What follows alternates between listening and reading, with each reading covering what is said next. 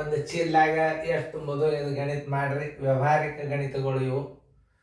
ಈಗ ನೋಡ್ರಿ, ಚಂದಂಗೆ ತಿಳ್ಕೊಬೇಕು, ಸರಿಯಾಗಿ ಗಣಿತ ಅರ್ಥ ಮಾಡ್ಕೋಬೇಕು ನೀವು.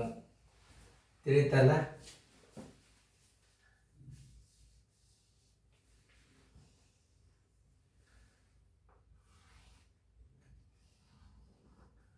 SL ನಂಬರ್ 2 ವಿಡಿಯೋ ನಂಬರ್ 148 ಮಾಡೋದಾಯ್ತು ಅಂದ್ರೆ ನೋಡ್ರಿ ನನ್ನ ಕಡೆ ನಾ ತಿಳಿಸ್ತೀನಿ.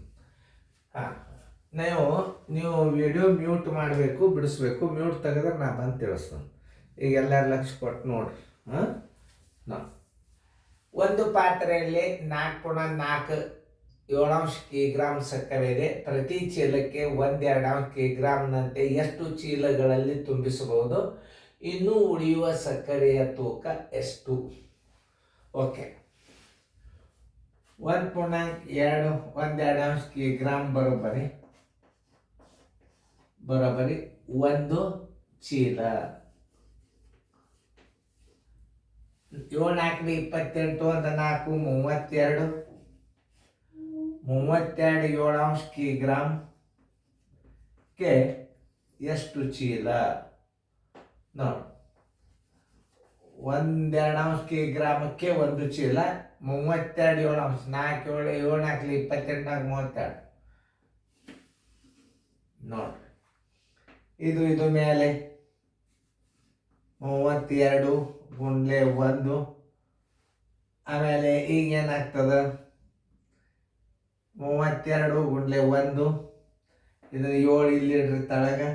ಇಲ್ಲಿ ಗುಣಾಕಾರ ಹಾಕ್ರಿ. ಇದು ಗುಣಕ ವಿಲೋಮ ಆಗ್ತದೆ. ಮೇಲೆ 2 ಆಗ್ತದೆ, ತಳಗ 1 ಆಗ್ತದೆ.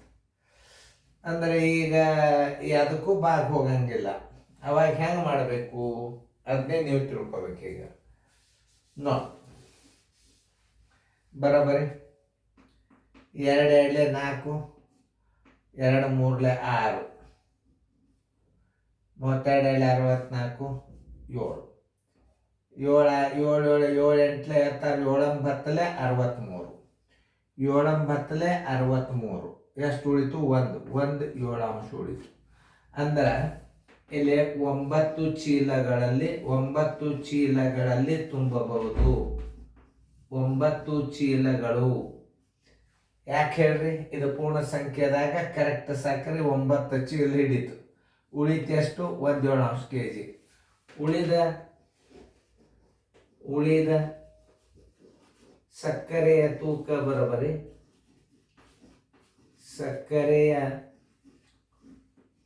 ಬರೋಬ್ಬರಿ ಏನು? 9 ಚೀಲ ತುಂಬಿತು, 1 7 ಕಿಗ್ರಾಂ ಸಕ್ಕರೆ ಉಳಿತು. ಕಿಗ್ರಾಂ. ನೋಡ್ರಿ, ಹಿಂಗೆ ಅರ್ಥ ಮಾಡ್ಕೊಳ್ಬೇಕಿರ್ತಾವ. ಇನ್ನೊಂದ್ಸಲ ಚೆನ್ನಾಗಿ ತಿಳಿಸಿ ಹೇಳ್ತಾನು ನೋಡ್ರಿ. ಇಲ್ಲೇ 4 7 28 4 32. 1 2 ಕಿಗ್ರಾಮಕ್ಕೆ ಬರೋಬ್ಬರಿ ಒಂದು ಚೀಲ. 32 7 ಕಿಗ್ರಾಮಕ್ಕೆ ಬರೋಬ್ಬರಿ ಎಷ್ಟು ಚೀಲ ಅಂತ ಕೇಳಿದ. 32 ಗುಂಡ್ಲೆ 1 ಗುಂಡ್ಲೆ 2. ಇದು ಗುಣಕ ವಿಲೋಮ ಆಗ್ತದೆ. ಮೇಲೆ 2, ತಳಗ 1. ಈ 7 ಇಲ್ಲೇ ಬರ್ತದೆ. ಇನ್ನು ಯಾವ ಅಂಕಿಲೆ ಬಾಗ್ ಹೋಗೋದಿಲ್ಲ. 2 2 4, 3 2 6 64. 7 9 63. ಅಂದ್ರೆ ಇದು 9 ಚೀಲದೊಳ ಪೂರ್ತಿ ಸಕ್ಕರೆ ಹಿಡಿತದೆ. ಇದು ತಿಳಿತಲ್ಲ? 9 ಚೀಲದಾಗ ತುಂಬುತ್ತದೆ. ಇನ್ನು ಮ್ಯಾಲೆ ಎಷ್ಟು ಉಳಿತದದು? 1 7 ಕಿಗ್ರಾಮ. ಇನ್ನೂ ಒಂದು ಚೀಲ ಆಗಲಿಕ್ಕೆ ಕಡಿಮೆ ಬೀಳ್ತದೆ. ಅದಕ್ಕೆ ಉಳಿದ ಸಕ್ಕರೆ ತೂಕ ಏನು ಮಾಡಬೇಕು? 1 7 ಕಿಗ್ರಾಮ ಅಂತ ಬರೆದು ಬಿಡಬೇಕು. ಇಷ್ಟು ತಿಳ್ಕೊಂಡು ಲೆಕ್ಕಗಳನ್ನು ಮಾಡಬೇಕು. ಆನ್ಸರ್ ನೋಡಿ, ತಿಳಿತಲ್ಲ? ಅದರಂತೆ ಅದು ನೋಡೋದು ಮಾಡಿ. ಸ್ವಲ್ಪ ವಿಚಾರ ಮಾಡ್ತಕ್ಕಂಥ ಲೆಕ್ಕಗಳು ಇರ್ತಾವೆ. ಅದನ್ನ ಸರಿಯಾಗಿ ತಿಳ್ಕೊಬೇಕು ನೀವು. ಅಂದರೆ ಅದಕ್ಕೆ ಶಾಣೆತನ ಅಂತ. 450 ಮಿಲಿಲೀಟರ್. ವಿಡಿಯೋ ಆನ್ ಮಾಡಿ. 4 2 8, 4 2 4 8, 1 9 2 litre. Litre is equal to millilitre. ಅಂದರೆ ಇದನ್ನು ಲೀಟರ್. 1 ಲೀಟ್ರಕ್ಕೆ ಎಷ್ಟು? 1 ಲೀಟ್ರಕ್ಕೆ ಎಷ್ಟು? 1000 ಮಿಲಿ ಲೀಟರ್ ಅಂದ್ರೆ 1 ಕಿಲೋ. 1 ಲೀಟ್ರ್ 1,000 ಮಿಲಿ ಲೀಟರ್ ಅಂದ್ರೆ 1 litre. 1,000 millilitre is equal to 1 litre. ಇದನ್ನು ತಿಳ್ಕೊ. ಈಗ ನಾವೇನು ಮಾಡಬೇಕು, ಇದನ್ನು ಮಿಲಿ ಲೀಟರ್ದಾಗ ಮಾಡ್ಕೊಂಡ್ಬೇಡ್ರಿ.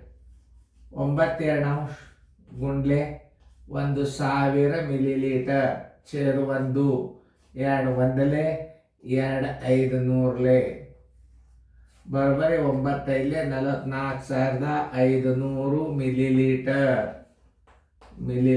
ಅದು ಈಗ ನೋಡ್ರಿ, ಈಗ ನೋಡಿ 450 ಮಿಲಿ ಲೀಟರ್ ಬರೋಬ್ಬರಿ ಒಂದು ಬಾಟಲಿ. 4,500 ಮಿಲಿ ಲೀಟರಿಗೆ ಬರೋಬ್ಬರಿ ಎಷ್ಟು ಬಾಟಲಿಗಳು? 4,500 ಸರಸ್ವಲೆ 1 ಸರಸ್ವಲೆ 450 ಮಿಲಿ ಲೀಟರ್ ಬರೋಬ್ಬರಿ. ಈ ಪೂಜಕ್ಕೂ ಈ ಪೂಜೆ 45 1 45 10 ಬರೋಬ್ಬರಿ 10 ಬಾಟಲಿಗಳು. Answer is equal to 10 ಬಾಟಲಿಗಳು.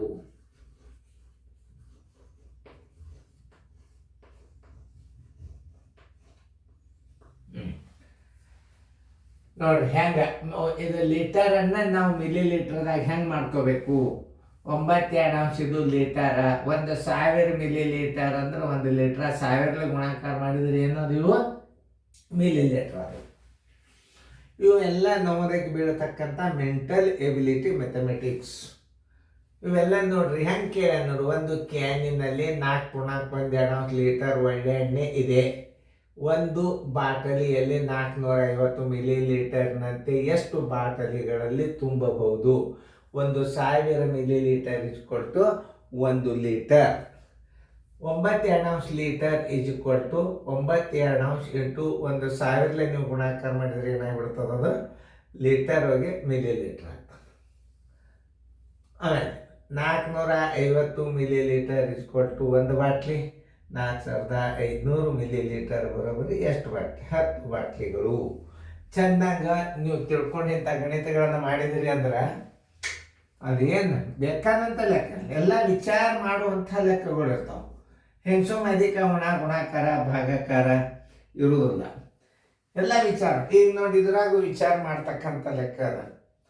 ಯಾಕಂದ್ರೆ ನೋಡ್ರಿ, ಅರ್ಧ ಕಿಗ್ರಾಮ್ ಅಂದರೆ ಇದು ಪೂರ್ಣ ಸಂಖ್ಯೆ ಏನಾಗ್ತದೆ? ಅಷ್ಟು ಸಕ್ಕರೆ ತುಂಬಿತು, ಉಳಿದದ್ದು 1/7 ಕಿಗ್ರಾಮ್. ಅಂದ್ರೆ ಅರ್ಧ ಕಿಲೋಕ್ಕೆ ಇನ್ನೂ ಏನಾಯ್ತು? ಇದು ಕಡಿಮೆ ಬಿತ್ತು. 1 ಚೀಲಕ್ಕೆ ಅರ್ಧ ಕಿಲೋದಂಗೆ ತುಂಬವ್ರು ಇರ್ತಾರೆ. ಇನ್ನು ಅರ್ಧ ಕಿಲೋ ಆಗ್ಬೇಕಾದ್ರೆ ಎಷ್ಟು ಗ್ರಾಮ್ ಅದಕ್ಕೆ ಹಾಕಿದ್ರೆ ಅರ್ಧ ಆಗ್ತದೆ ಅನ್ನೋದು ಮುಂದೆ ನಿಮಗೆ ತಿಳಿಸ್ತದೆ. ಈಗ ನೀವು ಲಕ್ಷ ಕೊಟ್ಟು ನೋಡ್ರಿ, ಚೆನ್ನಾಗಿ ಬಿಡಿಸ್ಕೊಡ್ರಿ.